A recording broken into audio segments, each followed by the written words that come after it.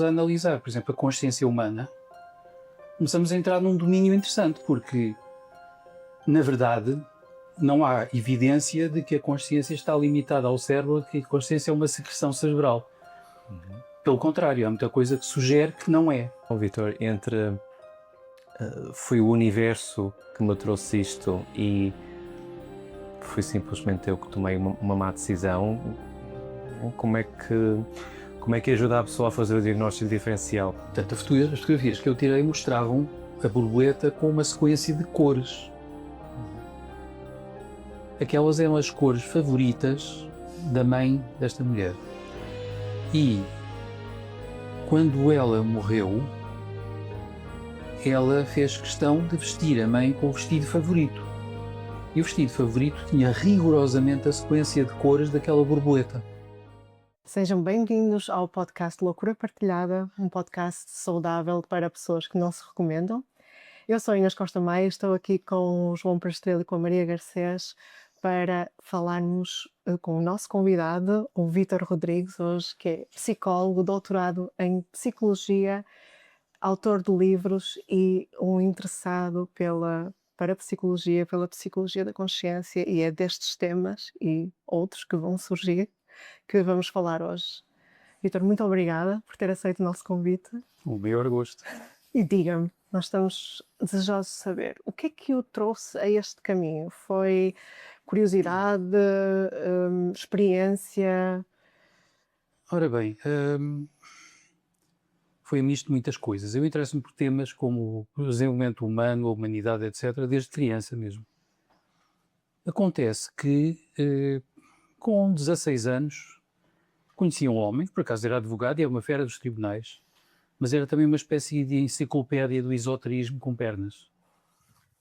E eu, com o meu orgulho intelectual de nerd com 16 anos, achei que era cético e que o encostava facilmente à parede com uma dúvida bem posta. Mandei a dúvida por escrito, ele disse-me para ir ter com ele e, em vez de me responder diretamente à minha questão, que era muito simples, a questão era esta, aliás. Essa ideia de vida além da morte faz pouco sentido porque, diria eu, na altura, o cérebro humano é reconhecidamente a fonte do pensamento, da memória e tudo isso. Prova, eu dou contacto de beisebol na cabeça de uma pessoa, provavelmente perde a memória. Sem memória não articula conceitos, sem articular conceitos não tem pensamento. Portanto, e uma vida além da morte, a existir assim seria quanto muito vegetal, portanto não me interessa. Ele achou divertidíssima a pergunta, fez-me um discurso de 2 horas sobre as bases da teosofia e conclui dizendo: a tua dúvida seria válida se não acontecesse que a memória de cada acontecimento é gravada simultaneamente numa série de planos da realidade, não apenas no cérebro. Eu fiquei rendido e curiosíssimo de saber muito mais.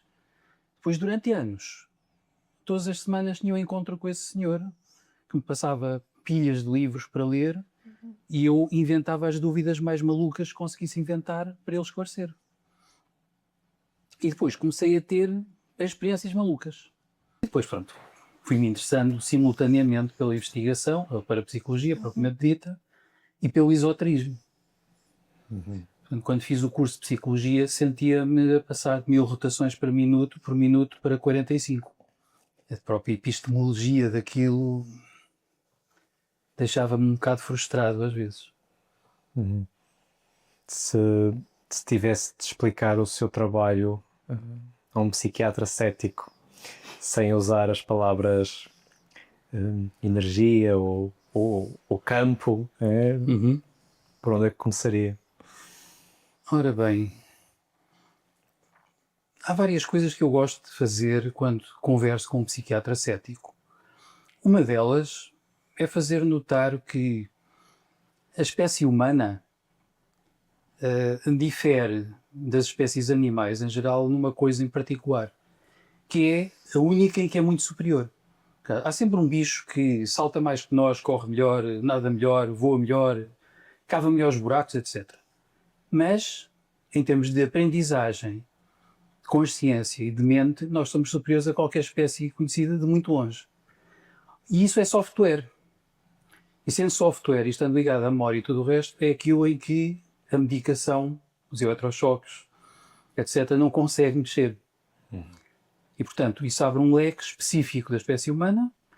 E quando entramos nesse leque e quando começamos a analisar, por exemplo, a consciência humana, começamos a entrar num domínio interessante, porque, na verdade, não há evidência de que a consciência está limitada ao cérebro, que a consciência é uma secreção cerebral.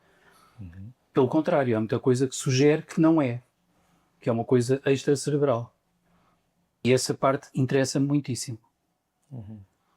E já tive situações divertidas, que há bastantes anos atrás tive uma participação numa mesa em Évora, na universidade, num congresso internacional, e houve um homem da filosofia super cético que ficou zangadíssimo comigo por causa de eu ter feito toda uma participação em que falei de parapsicologia.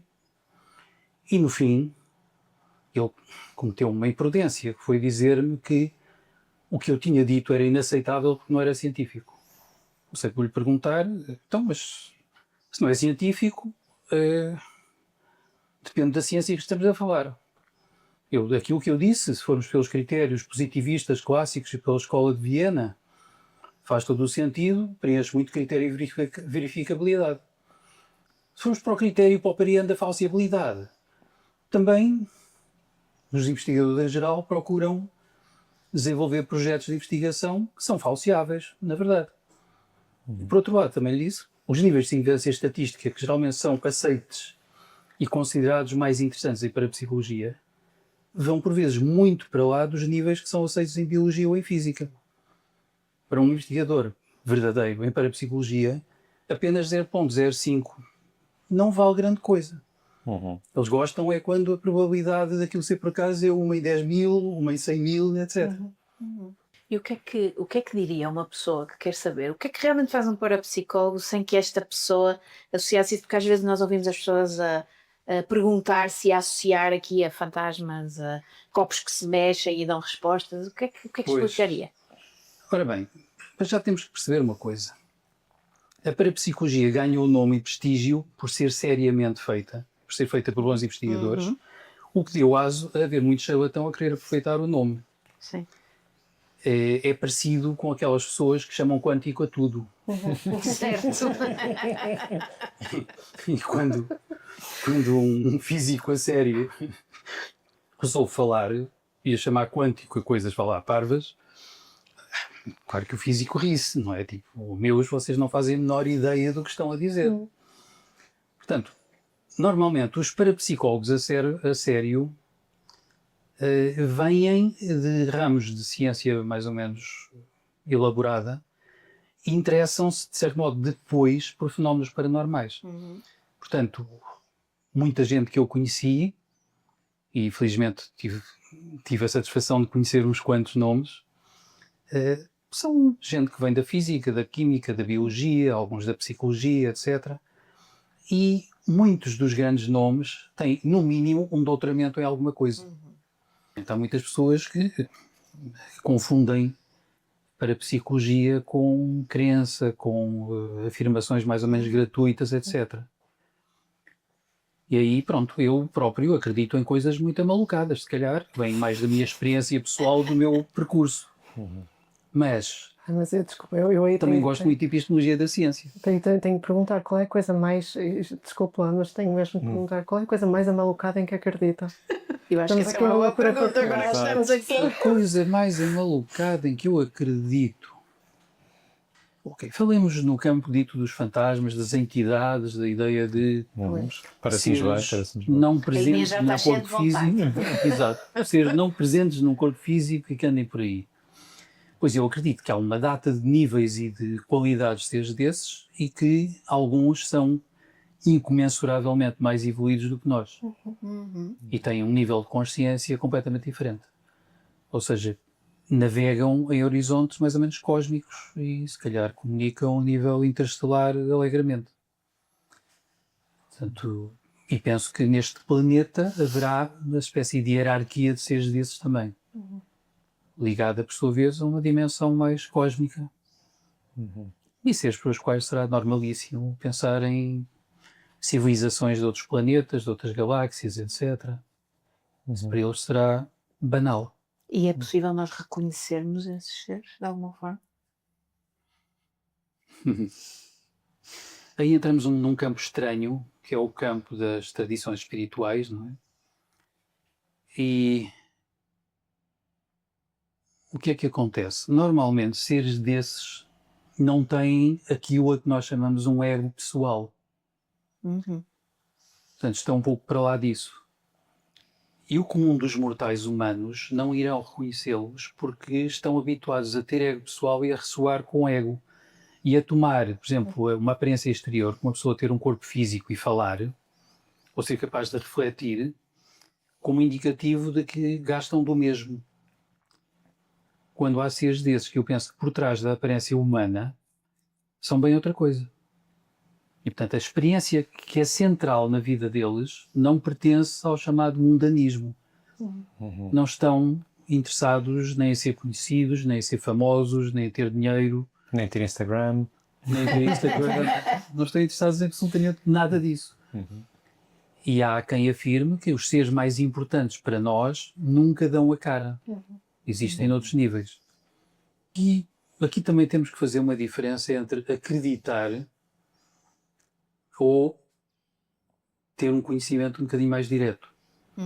Eu costumo dizer que se falarmos com um chinês, ele saberá distinguir de imediato entre uma pessoa que leu 1000 livros sobre a China e faz uma conferência bonita sobre a China e uma pessoa que mora numa casa junto do Rio Amarelo. Claro. Um chinês vai logo perceber a diferença. E, efetivamente, isso também é preciso ter em conta. É como a ideia de fé, que também entra aqui um bocadinho, não é? E eu gosto muito de fazer notar às pessoas que há pessoas que pensam que fé é crença. Uma pessoa de fé é uma pessoa que acredita em coisas, nomeadamente estranhas, ou acredita que há um ser celestial, algures, etc. Quando fé, para mim e para alguns outros, não tem nada a ver com isso. Fé é a experiência direta. Pessoas que acreditam que existe um ser celestial não acreditam no sentido, nem enquanto pessoas de fé, não acreditam por terem um pensamento desejoso de que seja verdade ou coisa assim. Simplesmente tomam um café com o ser divino, por assim dizer, têm uma experiência direta. E existem pessoas, porque estávamos a falar antes de começar o podcast, que também dá consultas, não é? Existem pessoas que o procuram com essa ideia de que de facto têm essa experiência e não a tiveram, ou de uma certa forma estão a tentar procurar essa explicação cósmica para algo que se calhar teria uma resposta mais adequada na psicoterapia? Algo desse. Sim, o mais frequente é ter pessoas que estão iludidas, estão enganadas, que, sei lá, aquelas pessoas que procuram sinais em tudo, por exemplo. Desejam muito receber mensagens misteriosas e estranhas dos deuses ou coisa assim. E Ou atribuir Não são. as culpas aos espíritos. exatamente, Ao encosto. Exatamente, ao encosto. Claro que eu tenho visto situações em que o encosto para mim está lá, mas muito claramente. Se eu não parto daí, mesmo como terapeuta, nem pensar nisso. Primeiro procuro as explicações mais normais. Que a maior parte das pessoas não tem nenhum encosto. Estão, de facto, a procurar sacudir a água do capote, em termos de responsabilidade pessoal, ou estão a interpretar de maneira fantasiosa coisas que estão terra a terra, como, enfim, terem tido problemas quando eram pequenas. Para dar um exemplo disso, eu trabalho, por exemplo, também muito com terapia regressiva, onde é frequente as pessoas descreverem supostas vidas anteriores. O que em si não prova que haja vidas anteriores, como é evidente. É sugestivo, é bonito, é interessante, as histórias que aparecem são fascinantes, mas não prova. Agora, eu também já tive situações como, imagina, começa uma sessão com uma pessoa, o tema é a origem de dificuldades sexuais, e a pessoa começa a descrever que está a ver-se num cenário muito bonito, à beira de um templo, está a tomar parte de uma procissão com pessoas, com togas muito translúcidas e branquinhas, levam archotes, é tudo muito bonito, junto a um templo de mármore. Eu pergunto, isso tem alguma coisa a ver com o tema da dificuldade sexual? Não, mas é tão bonito. Então vou contar de 1 a 3, quando chegar a 10 vai saltar para o momento que tem a ver. 1, 2, 3, pumba, aterra numa situação de abuso sexual com 3 anos de idade. Concreto, curto e grosso. E trabalha-se isso. Imaginemos, por exemplo, uma pessoa que tem dores de cabeça sistemáticas, sem nenhuma razão muito definida para isso, e tem uma simbologia estranha. A pessoa tem muita dificuldade em sentir o corpo da cabeça para baixo. Fazemos uma sessão, terapia regressiva em busca da origem. E ela descreve uma situação em que teria sido guilhotinada numa vida anterior. E passámos parte dessa sessão à procura da cabeça dela. Porque um dos problemas dela é que não sabia onde é que a cabeça estava. E depois de muita busca percebemos que supostamente, na história desenvolvida, não é? Na narrativa, teria sido enterrada com a cabeça ao lado do cadáver. E por isso é que não encontrava a sua própria cabeça. Portanto, visualização terapêutica, vamos lá recolocar a cabeça no seu sítio certo, e esta pessoa passou a ter esquema corporal e deixou de ter dor de cabeça. Claro que nisto que estava a falar, não é? Das pessoas também, dos sinais, verem os sinais, isto acontece muito, por exemplo, nas pessoas que eu acompanho, que me dizem, eu tive um sinal de que nem segui por aí. E de facto isto leva-nos para este lugar de que existem muitas coisas na espiritualidade que são benéficas e que trazem frases que são de facto inspiradoras, mas também existem outras questões e práticas que podem ser altamente tóxicas. Qual é que é a sua opinião sobre isso? Sim, eu penso que sim. Aliás, há muitas pessoas que têm penso que um válido e legítimo desejo de transcendência, de ir um pouco além do seu cotidiano, da sua visão de si mesmas, e também de uma vida que está a ficar desagradável, por vezes onde é difícil encontrar sentido. E partem em busca de visões alternativas, de explicações, de sentido em religiões, em experiências mais ou menos esotéricas, etc. E aí temos um problema, quer dizer, há pessoas que são tão ingênuas que depois não sabem distinguir bem a qualidade da informação que lhes é dada, querem acreditar em alguma coisa. E também há neste momento um mercado da espiritualidade que é uma coisa triste para mim, porque lá está, quer dizer, é um bocado, faz-me lembrar uma das frases americanas que eu mais detesto, a dizer com a intuação correta: Where's the money in it? Onde é que está o dinheiro? E há pessoas, por vezes com algum talento e com uma ou outra meia faculdade dita psíquica, que percebem que podem monetizar a sua área. E, portanto, vão explorar o desejo de algumas pessoas de terem vivências legítimas, profundas, de encontrar sentido na vida, na humanidade, no mundo, etc. E essas pessoas são uma presa fácil, por vezes. Há desculpa, João, há uma frase assim que se recorde, alguma frase espiritual que se diga mais aqui que sinta que é assim mais potencialmente perigosa de utilizar? Há tanta coisa. Por exemplo, uma coisa que andei muito, estamos a transitar para a 5ª dimensão. É uma daquelas que me criam também problemas digestivos, que os matemáticos, nomeadamente do fim do século XIX, andaram a especular com a ideia da possibilidade de existir uma 4ª dimensão do espaço.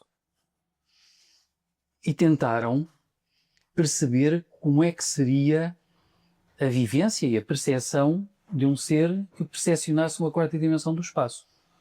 E não conseguiram. Que eu saiba, não há basicamente trabalho nenhum convincente.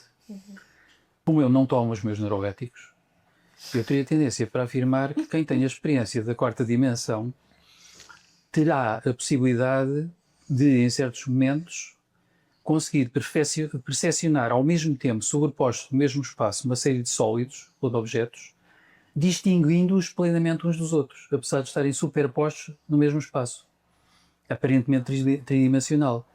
E a mesma pessoa, eventualmente, considerar perceber que é possível projetar-se simultaneamente em vários espaços a 3 dimensões e perceber os acontecimentos deles. E será também capaz de transportar, através da 4ª dimensão do espaço, objetos fazendo-os aparecer ou desaparecer do nosso mundo 3D, de modo que parecerá miraculoso. E temos aí uma possível explicação para os fenómenos ditos de aporte de fala em parapsicologia. Claro que isto é porque eu não tomo os meus neuroléticos, claro. Mas então, Vítor, foi o universo que me trouxe isto e fui simplesmente eu que tomei uma má decisão? Como é que ajuda a pessoa a fazer o diagnóstico diferencial? Fique connosco para a segunda parte deste episódio, onde continuamos a entrevista ao professor Dr. Vítor Rodrigues. Sinais serão de facto reais ou apenas fruto do acaso? Entre coincidências, mistério e aquilo que a ciência ainda não consegue explicar, abrimos espaço para perguntas difíceis em mais um episódio de Loucura Partilhada. Como tudo, normalmente eu gosto de levar as pessoas a refletirem até que ponto não há explicações mais simples e melhores e mais comezinhas para fenómenos descritos. Isto é como quando uma pessoa diz que previu o futuro, porque teve um sonho em que caía um avião e depois leu no jornal que caiu um avião. E fica a pensar, pois, este sonho foi um sinal, eu tive uma percepção anómala do futuro, foi uma pré-cognição, se calhar os deuses agraciaram-me com isto. Não, caem aviões, é normal. É como eu sonhar com um acidente de automóvel em que uma pessoa mais ou menos conhecida, ou indireta ou indiretamente, teve um problema. Não quer dizer nada. Agora, se eu sonhar que cai um avião e no meu sonho eu vejo um calendário que diz que é daqui a 2 dias. O avião é amarelo, é um avião a hélice, é um bimotor, leva 35 passageiros e cai na Portela, Já tem que ser concreto. aí temos um problema. É demasiado específico. Se realmente acontecer, ou fui eu que o fiz cair e sou terrorista, ou B, passa-se qualquer coisa mais difícil de explicar. E as premonições são assim tão concretas? Algumas são. Há casos conhecidos, por exemplo, houve um desastre mineiro em Inglaterra, o desastre de Aberfan, aqui há umas décadas atrás, e houve umas quantas testemunhas independentes que descreveram detalhadamente aspectos do desastre mineiro. E depois, o que acontece? Havia registro dos testemunhos delas antes do desastre acontecer. E quando ele aconteceu, comprovou-se que de facto aquilo era demasiado parecido ao que elas tinham descrito antes. Por vezes coisas muito detalhadas. E há investigações malucas também. Alguém se lembrou, por exemplo, aqui há um tempo, de fazer uma investigação que consistiu em quê? Tentaram perceber se nos dias em que houve desastres ferroviários tinha havido mais ou menos pessoas a embarcarem naqueles comboios do que nos dias normais. Então fizeram uma longa estatística com uma série de desastres ferroviários, comparando quantas pessoas entraram no comboio no dia do desastre com quantas pessoas, em média, entraram no mesmo comboio em anos anteriores, em anos posteriores, naqueles dias da semana, naqueles dias do mês, etc. E concluíram, uma estatística poderosa, mais uma vez, que, em média, nos dias de desastre ferroviário, houve menos pessoas a embarcarem. Agora, perguntando às pessoas por que razão é que não embarcaram no comboio, elas, em geral, não saberão dizer que eu tive uma visão de um comboio a descarrilar. Não. Olha, não me apeteceu-me ir de autocarro antes, ou olha, tive uma soneira terrível e não apanhei o comboio e atrasei-me, apanhei o outro a seguir, etc. A maior parte das pessoas não tem noção de que houve um aparente fator anómalo a interferir nas vidas delas. E isto também reaparece. Há outras situações assim. Por exemplo, a investigação em parapsicologia dirá que a maior parte, algo como 50% dos fenómenos espontâneos anómalos acontecem em sonhos. Os sonhos, que muitas vezes são confusos, etc., são de muitos tipos, quanto a mim. Acho que o vovô Freud estava enganadíssimo em pensar que todos os sonhos são realização de desejos, porque eu penso que há muitas categorias de sonhos. Alguns são, outros são só produto de uma má digestão, e pouco mais. Mas aqui, o que é que temos? Muitos casos de pessoas que têm sonhos que se revelam premonitórios. Só que são premonitórios banais. Ou seja, não são sonhos do tipo eu sonhar que o Império Americano cai amanhã e depois cai mesmo. São sonhos do tipo de eu sonhar que vou na rua e encontro um primo que não vejo há não sei quantos anos e sei que é a rua Pinho Leal e então eu sonho vou encontrar aquele primo na rua Pinho Leal, sonho mais ou menos com a hora, qual é o primo e não valorizo aquilo. Penso, olha, é engraçado, sonhei com o meu primo. E depois, no dia seguinte, encontro o mesmo à hora do sonho e aí é que eu percebo, peraí, isto agora foi esquisito. De onde é que isto saiu? Há muitos casos destes. A pessoa só percebe que houve um fator paranormal a posteriori. Então todas as sincronicidades são paranormais? Não creio. Embora eu acredite que existam sincronicidades. E para isso tenho uma coisa gira. Há uma série de anos eu tive um cliente psicótico. Era um psicótico simpático e tinha boas ideias. Boas ideias muito engraçadas. E uma das ideias que ele teve, que eu nunca mais esqueci, foi a ideia dos organizadores de circunstâncias. Seriam seres de uma outra realidade que organizavam, coordenavam eventos para fazerem acontecer determinadas coisas na vida das pessoas. Ora, o nosso Carl Jung, não é? Quando falou em sincronicidade, não falou em causalidade. Falou em convergência ou uma espécie de organização de eventos coincidentes para lá da sequência causal no sentido em que estamos habituados a pensar nela. Ou seja, quando falamos em sincronicidades verdadeiras, são se calhar, admitamos, um produto de uma organização da realidade, não é simplesmente uma sequência causal. O que nos remete para a ideia, que é maldita para algumas pessoas na ciência pesada, não é? Que é a ideia de que talvez haja uma espécie de teleonomia no universo, no mundo, na humanidade.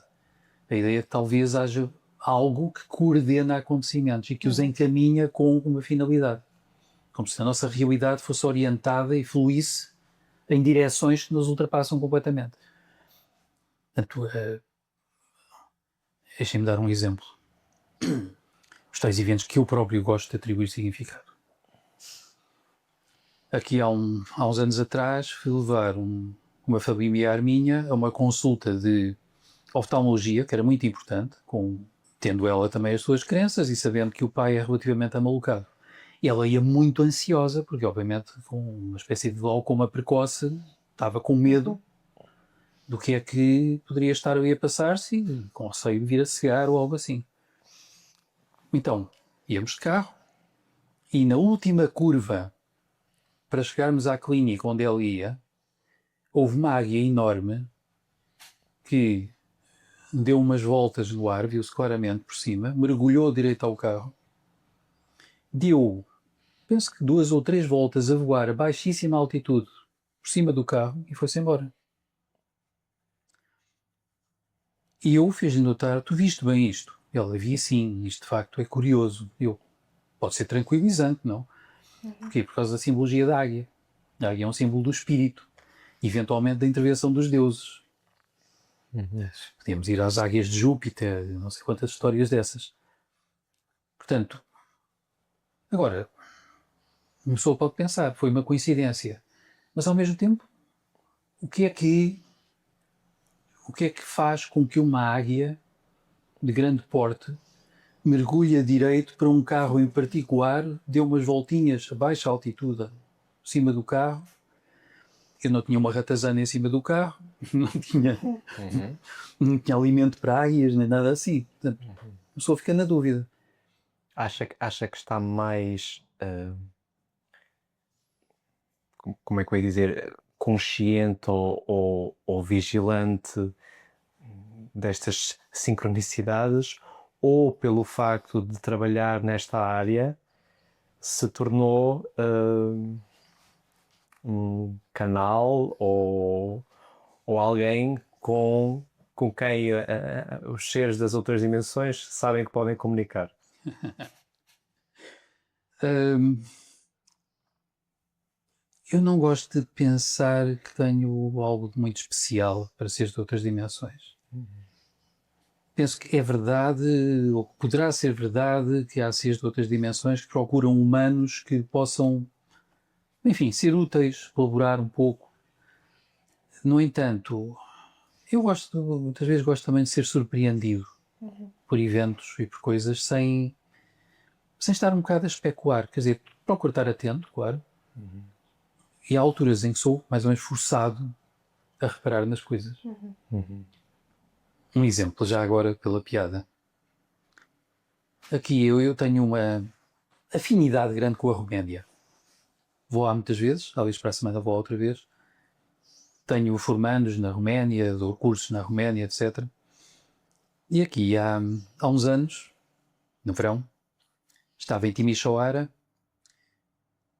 tinha ido almoçar com várias pessoas e tinham-me pedido para atender uma mulher que estava a viver um luto patológico. Então, ou seja, a mãe era uma mulher que tinha perdido a mãe 4 meses antes por cancro e estava com uma enorme dificuldade em lidar com a partida da mãe. Tudo normal, disse logo que sim, ok, vamos ver o que é que se pode fazer. Fomos a um restaurante, por acaso vegetariano, e quando saímos do restaurante, fomos a caminhar lado a lado, várias pessoas, pela calçada, e houve uma borboleta, bem bonita, que veio a voar, deu umas voltas à minha frente e pousou no chão à minha frente. E eu tive praticamente que evitar pisá-la, porque ela, ao contrário do comportamento habitual das borboletas, ficou parada à minha frente. Eu tive praticamente que evitar pisá-la e contorná-la.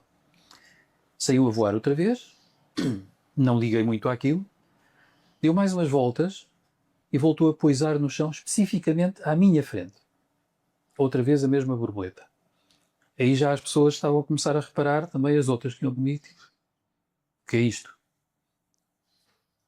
Não liguei demasiado, continuei a caminhar, ela tornou a levantar, voou mais uma vez, tornou a pousar terceira vez à minha frente. E eu aí já achei, ok, agora já é demais. Saquei do telemóvel e, ao contrário do comum das borboletas, ela deixou-me aproximar muito perto, tirei para aí 3 fotografias diferentes da borboleta e depois levantou e foi-se embora. Depois das fotografias. Ora bem, o que é que eu percebi mais tarde quando estive, 1 hora e tal depois, com esta senhora que eu ia atender?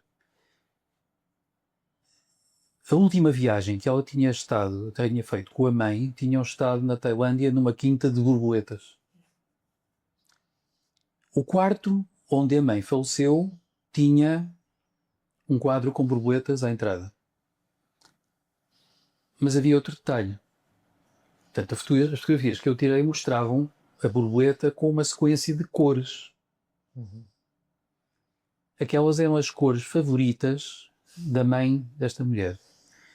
E quando ela morreu, ela fez questão de vestir a mãe com o vestido favorito. E o vestido favorito tinha rigorosamente a sequência de cores daquela borboleta. E aí estava documentado. E eu fiquei perplexo quando ela mostrou a imagem do vestido que ela tinha.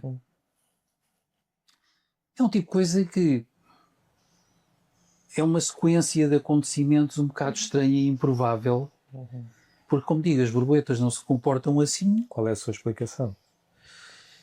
A minha explicação tende a ser que é o facto de uma força, provavelmente inteligência do lado de lá, que influenciou a borboleta. E como é que nós podemos ajudar as pessoas a compreender o que é um sinal verdadeiro, não é? Com, quase aqui com capacidade de ter uma documentação de outro que não é? Porque nós vemos muitas pessoas, e acho que eles também têm esta experiência, que vêm sinais em todo lado. Precisamente. Eu acho que aí é preciso fazer-lhes perceber a questão da consistência do acontecimento, do sinal. Porque o desejo que nós temos de ver sinais, de atribuir significado, de achar que há forças misteriosas na nossa vida, pode de facto levar-nos a atribuir o tal valor de sinal às coisas mais variadas. Portanto, eu diria que é preciso ver se há repetição, se há consistência. E se há explicações alternativas sempre muito mais simples. Por exemplo, aquela borboleta. Se a borboleta tivesse vindo voar ao pé de mim e fosse embora, então era apenas uma borboleta que veio voar. Agora, repetir o mesmo comportamento 3 vezes, especificamente à minha frente, não foi de nenhuma das outras pessoas, pois-o sempre à minha frente. E quando eu, por fim, parei e tirei as fotografias, foi embora e desapareceu no horizonte, isto começa a ser um bocado estranho, sobretudo porque depois houve a questão seguinte. Portanto, é consistente, tem uma sequência forte que dá que pensar. E como é que se integra isso em termos terapêuticos, não é? Porque, ok, tens aqui a borboleta, tudo bate com a história e depois o que é que eu faço com isto? Foi a minha mãe que me veio visitar para me dizer o quê? Que está tudo bem? Precisamente. Portanto, isto para esta mulher em particular, que eu desconfiei, como as outras pessoas que iam comigo, depois de vermos este episódio, desconfiamos, isto pode ter algo a ver com a pessoa que eu vou atender. Porque a borboleta, por sua vez, em tradições, em culturas, é também um símbolo de morte e renascimento, não é? E de tudo isso, de ciclo, de renovação da vida. Ora, acontece que esta mulher ficou, de facto, mais tranquilizada por causa deste episódio em particular, que atribuiu a uma mensagem do lado de lá, talvez a dizer, olha, a tua mãe está cá, e está viva. Inclusivamente porque ela depois também me contou um detalhe mais que eu estava a esquecer. Ela tinha conversado com a mãe sobre a sua própria morte iminente, que era óbvia porque ela estava a entrar numa fase terminal com um cancro. E nessa conversa ela tinha dito à mãe, sabes, isto é como as borboletas que nós visitamos na Tailândia. Tu vais partir do teu casulo, tu vais voar e vais-te libertar, mas continuas viva. E lá está. Isto foi uma coisa curiosa porque ela queria acreditar nisto quando disse à mãe, mas ela própria tinha umas certas dúvidas. E quando depois há esta sequência eu lhe trago essa informação, claro que depois foi muito fácil aproveitar isto terapeuticamente. Acho que esse é um exemplo de uma boa integração, não é? Sim. E acho que isso para nós até faria muito sentido. O que nós às vezes temos um pouco de receio, acho que também posso falar por vocês, é daqueles casos em que de facto nós temos, como já disse, pessoas que acabam por se aproveitar disto e acabam por levar essas pessoas para esse um tipo de caminho que elas depois não integram bem. E eu estava aqui a pensar, estava a ouvir tudo isto e é super fascinante. Eu acho que até às vezes nem consigo fazer as perguntas que quero fazer porque me fascina imenso. Mas, na sua opinião, há, por exemplo, algum tipo de pessoa que é mais vulnerável, por exemplo, a ser levada não pelo caminho da integração, mas por um caminho que seja danoso até? Sem dúvida. Para já, ok, às vezes até é quase uma questão também de diferenciação intelectual. Há pessoas que são mais capazes de pensamento crítico e outras menos. Isso faz uma diferença considerável. Também há uma coisa curiosa, embora a sugestionabilidade, como evidenciada na hipnose, não tem a ver com a inteligência propriamente, ou seja, há pessoas muito inteligentes que são altamente sugestionáveis, há pessoas pouco inteligentes que são muito sugestionáveis, enfim. Mas a sugestibilidade também é perigosa por vezes para as pessoas, porque muito facilmente podem ser influenciadas por alguém que se apresenta de acordo com o que elas querem crer. Isto é aquela coisa, por exemplo, eu já tenho tido pessoas que vêm ter comigo que pensam que eu sou uma grande coisa, uma grande sumidade, e às vezes atribuem-me poderes místicos que não têm nada de místico, nem têm nada de poderes, porque acontece que já correu alguma água debaixo da ponte. Portanto, quando uma pessoa me conta metade de uma história, eu conto-lhe o resto. Isto é como uma pessoa que me diz, eu tenho uma ansiedade enorme, eu tenho um estado de ansiedade brutal e não sei o que mais. Eu digo, pois, e aposto que costuma fazer montes de filmes negativos na sua cabeça. E depois não acontecem, mas já não dormiu bem.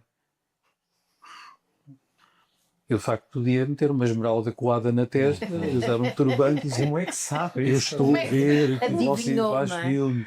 Não, quer dizer, é evidente. É assim que a ansiedade funciona, em parte. Ativas o sistema límbico com imagens de desgraça falsas, que eu projeto para o futuro. Não tem nada muito especial. Mas lá está, uma pessoa que depara com um charlatão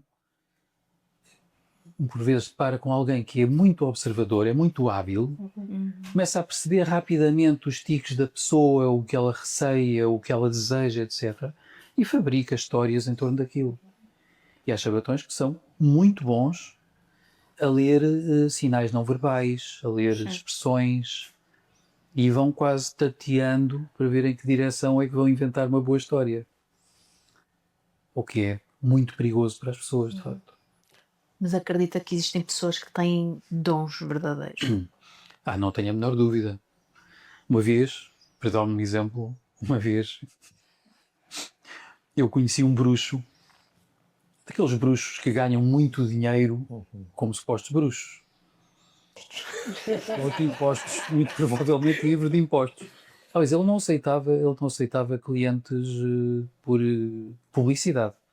Ele só aceitava clientes, geralmente VIPs, que eram recomendados por outros. Não vale a pena perder muito tempo com as histórias, mas eu propus-lhe, quando o conheci, importava-se colaborar aqui numa pequena investigação. Ele disse, por quem sois? Claro que sim. Então, pedi a um amigo meu, que não conhecia o bruxo de lado nenhum, que me arranjasse fotografias de pessoas que esse meu amigo conhecia e que eu também não conhecia de lado nenhum, não sabia que pessoas eram aquelas. Ele veio as fotografias ao bruxo e disse, olha, tem aqui fotografias destas pessoas, o que eu quero é que fale destas pessoas e eu tomo nota. E ele começou a falar das pessoas. Mas coisas como pegar numa imagem de uma mulher e dizer, pois, esta mulher gosta de se fazer passar por muito querida e fofa, mas é uma sonsa do caraças. E está a aldrabar o marido, ela anda a traí-lo com a força toda, ela anda embrulhada com mais não sei quem, com um tipo assim assado, isto e aquilo outro. Detalhado mesmo. Eu tomei nota de tudo, depois fui ter com o meu amigo, e, olha, o bruxo disse isto. E o meu amigo ficou com um ar completamente comprometido, a dizer, pois, sabes, sim, realmente, isso é verdade. O que é muito interessante. Porque eu fiz questão de não dizer nada. Eu entreguei as fotografias e disse, diga coisas sobre as fotografias, por favor. E fiquei, eu próprio, assegurando que eu não iria ser legível para ele, porque eu não sabia que pessoas eram aquelas. Só tinha fotografias. Portanto, foi engraçado. Agora, em termos de metodologia de investigação em parapsicologia, para isto ser uma coisa realmente com peso, tinha que ser mais bem feito que isto ainda, e tinha que ser replicado várias vezes. E aí então ficaríamos convencidos. Este tipo é mesmo bruxo. Mas pronto, foi altamente sugestivo de uma pessoa que consegue apanhar realmente a informação, provavelmente por meios paranormais. Porque parte da investigação quase que em parapsicologia, se nós queremos, por exemplo, averiguar a hipótese de haver uma transmissão anómala de informação entre pessoas, nós criamos metodologias para que as pessoas não tenham a menor maneira de comunicar umas com as outras por meios normais. Portanto, aí o padrão é fechar as pessoas em compartimentos isolados, de preferência a bastante distância uns dos outros, rigorosamente isolados em termos acústicos, eletromagnéticos, tipo gaiolas de Faraday, um ambiente de estúdio, um fecho total, e conduz-se a experiência e depois faz-se uma estatística de acertos, etc. Mas as pessoas, nós asseguramos tecnicamente que não conseguem comunicar por meios normais. Isto ainda se torna mais divertido quando é feito com coelhos. Então não resisto a falar dessa. Porque também há parapsicologia animal. Fascinante, não é? Pensar em tudo isto. E voltando aqui um bocadinho a esta questão deste fascínio que as pessoas têm pelos dons, pela própria espiritualidade, sim, jeito de síntese do nosso encontro de hoje, o que é que diria que é aquilo que é o sinal mais fiável de evolução espiritual? De evolução espiritual. É ver auras, é não responder passivo-agressivamente. Não, e até diria porque, enfim, se eu falasse mais um bocado iam começar a pensar que eu precisaria de ser internado realmente. Mas Não, quer dizer, na minha experiência, eu também faço meditação há 50 anos, etc. Bem, eu diria que os sinais mais inquestionáveis são coisas que o comum dos mortais não conseguiria apreender. Mas digamos que a manifestação externa que me parece mais tipicamente forte é de facto a ausência de ego. É tipicamente aquele ser que faz tudo o que pode tranquilamente, não procura publicidade, não tem nenhum interesse em que alguém saiba que fez ou não fez, simplesmente faz o que pode, supostamente orientado pelo seu próprio ser interior. Portanto, esta ausência de ego, para mim, é uma marca muito típica mesmo de evolução espiritual. Supostamente, lá está, as pessoas mais evoluídas começam a desidentificar-se profundamente dos padrões habituais de pensamento, dos interesses mundanos, o dar nas vistas, o querer ser importante, ou ter dinheiro, ou ter sucesso, ou ter coisas para si, ou mesmo em termos afetivos e tudo o resto, começam a interessar-se por um domínio de vivências que transcende isto tudo. E aí, se calhar, vamos encontrar coisas que são aludidas em tradições espirituais, por exemplo, acerca de santos, que estão ao serviço do ser divino. Tem, que hoje em dia muitas pessoas diriam, estão ao serviço de uma inteligência universal ou de qualquer coisa, da qual poderão ter percepção. O problema também típico é isto também, agora em termos da relação com a psiquiatria. É como um antigo ditado que diz que os que sabem não falam e os que falam não sabem. Em termos psiquiátricos, normalmente, se uma pessoa diz que comunica com Deus e que Deus lhe diz coisas, isso já é suspeito de qualquer coisa, pode não estar nada bem. Parece-me uma boa frase de síntese para fecharmos hoje a nossa conversa. O que é que és? Sim, plenamente de acordo. Acho que as pessoas vão aqui com uma... E quero-lhe agradecer em nome também dos meus colegas por esta conversa tão enriquecedora, que acho que ajudou aqui também a fechar algumas dúvidas e a abrir outras para algumas pessoas. Muito obrigada, Com todo Vítor, o gosto mesmo. pela presença e obrigada a quem nos acompanha. Este foi o Loucura Partilhada. Vemo-nos no próximo episódio.